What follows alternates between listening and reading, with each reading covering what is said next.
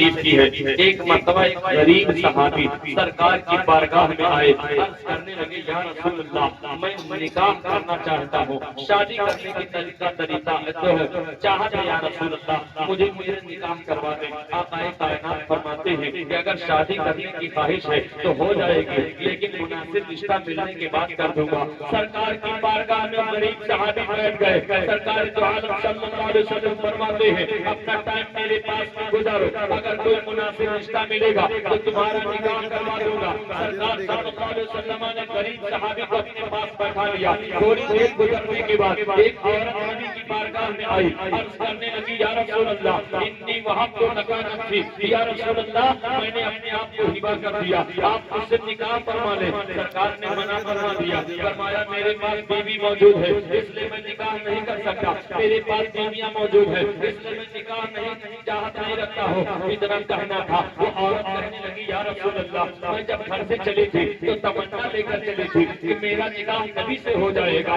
میرے دل میں چاہت ہے یا رسول اللہ آپ اس سے نکاح فرما دیجیے. مدینے کے آقا فرماتے ہیں کہ میرے پاس بیوی موجود ہے اس لیے میں نکاح نہیں کر سکتا، اس لیے میں نکاح نہیں کروں گا. اتنا کہنا تھا آقا کائنات نے فرمایا کہ میں نکاح نہیں کروں گا، منع کر دیا. جب منع کر دیا عورت کہنے لگی یا رسول اللہ اگر آپ نکاح نہیں کریں گے تو کم سے کم آپ کی مرضی سے نکاح ہو جائے، آپ میرا نکاح کروا دیجیے. سرکار نے فرمایا یہ ہو جائے گا، میرے پاس ایک صحابی موجود ہے اگر تمہاری اجازت ہو تو بات کرو. عورت نے کہا یا رسول اللہ اگر آپ انتخاب کریں گے تو میں تیار ہوں یا رسول اللہ. سرکار دو عالم صلی اللہ علیہ وسلم نے ارشاد فرمایا کہ میں ان سے بات کر کے آتا ہوں. نبی پاک صلی اللہ علیہ وسلم گئے اور ایک غریب صحابی جو آئے تھے ان سے بات کیا، فرمایا رشتہ موجود ہے اس کے بعد اگر اجازت ہو تو کر دیا جائے. سرکار کے صحابی تیار ہو گئے کہ میں تیار ہوں یا رسول اللہ میری چاہت ہے نکاح کرنا، عورت اگر چاہتی ہے تو نکاح ہو جائے. سرکار نے فرمایا فلاں جگہ پر عورت بیٹھی ہے جاؤ پہلے دیکھ کر آؤ.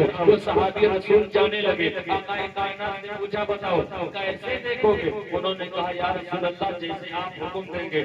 نبی نے فرمایا دیکھنے جا رہے ہو ایسے دیکھنا کہ عورت کو پتہ نہ لگے کہ کوئی دیکھ رہا. یہ دیکھنے کا طریقہ.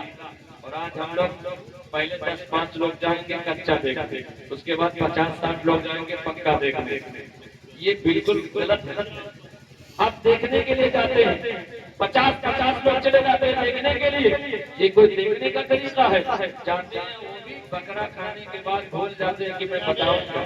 لوگ پوچھتے فون کر کے کہ بتائیے، پوچھتے ہیں فون کر کے کہ بھائی ہماری بچی آپ کو پسند آئی کہ نہیں آئی؟ تو کہتے ہیں کہ فون پہ بات ہو جائے گی، ابھی آج نہیں بتاؤں گا.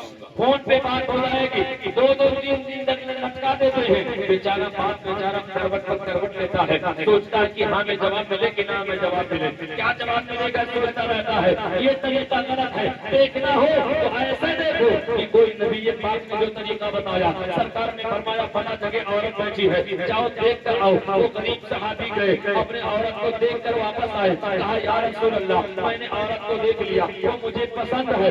نبی کریم صلی اللہ علیہ وسلم فرماتے ہیں کہ جاؤ دیکھ کر آؤ. جب وہ دیکھ کر آتے ہیں دیکھ کر آئے کہا یا رسول اللہ میں نے دیکھ لیا وہ عورت مجھے پسند ہے. اب سرکار صلی اللہ علیہ وسلم نے فرمایا اپنے مہر کا انتظام کرو. انہوں نے کہا یا رسول اللہ میں نے تو پہلے بتا دیا ہے کہ میں غریب آدمی ہوں، میرے پاس کوئی پیسہ نہیں ہے اس لیے میں مہر کا پیسہ بھی نہیں دے سکتا ہوں. سرکار نے فرمایا اپنے گھر پہ جاؤ، اگر کوئی سامان ہو مہر میں دینے کے لائق تو وہ سامان ہی لے کر چلے آؤ. وہ صحابی کہنے لگے یا رسول اللہ میرے گھر کوئی سامان بھی نہیں ہے. سرکار نے فرمایا پھر بھی گھر جاؤ اور کوئی سامان مل جائے تو لے کر آؤ. وہ غریب صحابی اپنے گھر گئے. جانے کے بعد اپنے گھر سے واپس آئے، نبی کی بارگاہ میں حاضر ہوئے. کہنے لگے یا رسول اللہ میں نے اپنے گھر کا کونا کونا دیکھ لیا، اپنے گھر کی تلاشی لے لیا، مگر یا رسول اللہ پورے گھر میں کوئی سامان نہیں کہ اپنی بیوی کو مہر میں دے دو. آقا کائنات نے فرمایا بتاؤ کوئی سامان نہیں ہے؟ انہوں نے کہا یا رسول اللہ میرے پاس صرف ایک لنگی ہے اور وہ بھی میں پہن کے آیا ہوں. ایک ہی لنگی ہے اور وہ بھی پہن کے آیا ہوں. نبی پاک نے فرمایا مسکرا کر کہا بتاؤ اگر تم نے بیوی کو مہر میں لنگی دے دیا تو تم کیا کرو گے؟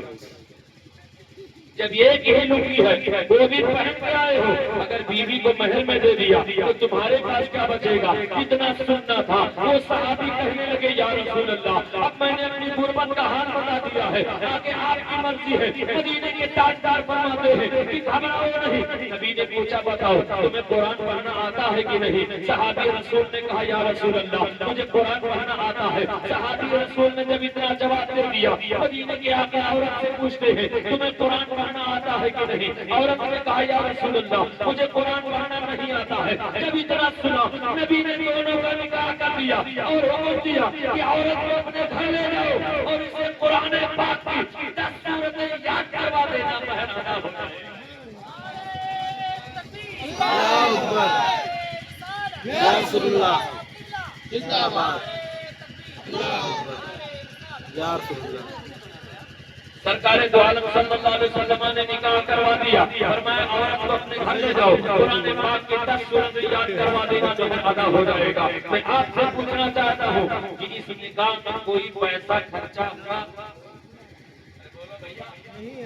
کوئی پیسہ خرچہ نہیں ہوا، اسی کا نام شادی ہے، اسی کا نام نکاح ہے، لیکن آج ہم نے دھیرے دھیرے اس کو اتنا بڑا بنا دیا ہے۔ ولیمہ کا ذکر حدیث پاک میں ہے، رسول کریم فرماتے ہیں ولو بشاۃ، ولیمہ کرو چاہے ایک ہی بکری کاٹ کر ولیمہ کرو، لیکن ولیمہ کرو۔ ولیمہ کرنا نبی کی سنت ہے۔ آج ہم ولیمہ کرتے ہیں لیکن طریقہ بدلا ہوا ہوتا ہے۔ بارات جاتے ہیں تو وہاں پر ڈونگے بوٹیاں نہیں گنتے ہیں، اور جب ولیمہ میں مہمان آتے ہیں تو ہم بیٹر کے کان کا پھونک دیتے ہیں کہ دو ہی دو بوٹی لگانا ہے، اس کے آگے مت لگانا۔ اے میرے دوستوں بتاؤ مہمان وہی ہے، حیثیت بدل گئی ہے۔ آج جو سنت طریقہ ہمیں اپنانا تھا وہاں پر آپ نے وسیلے سے کام لے لیا، اور جو سنت کے خلاف ہے وہاں پر دریا دلی دکھا دیا ہے۔ اگر دریا دلی دکھانا ہے تو اپنے مکان پر دکھاؤ، اپنے گھر پہ دکھاؤ، دوسرے کے مکان پر نہیں۔ اس کی عزت کو اپنی عزت سمجھو، کوئی کمی ہو جائے تو عورت کے باپ کو بے عزت کر کے نہ آؤ، وہاں پر عزت لوٹنے نہیں گئے ہیں۔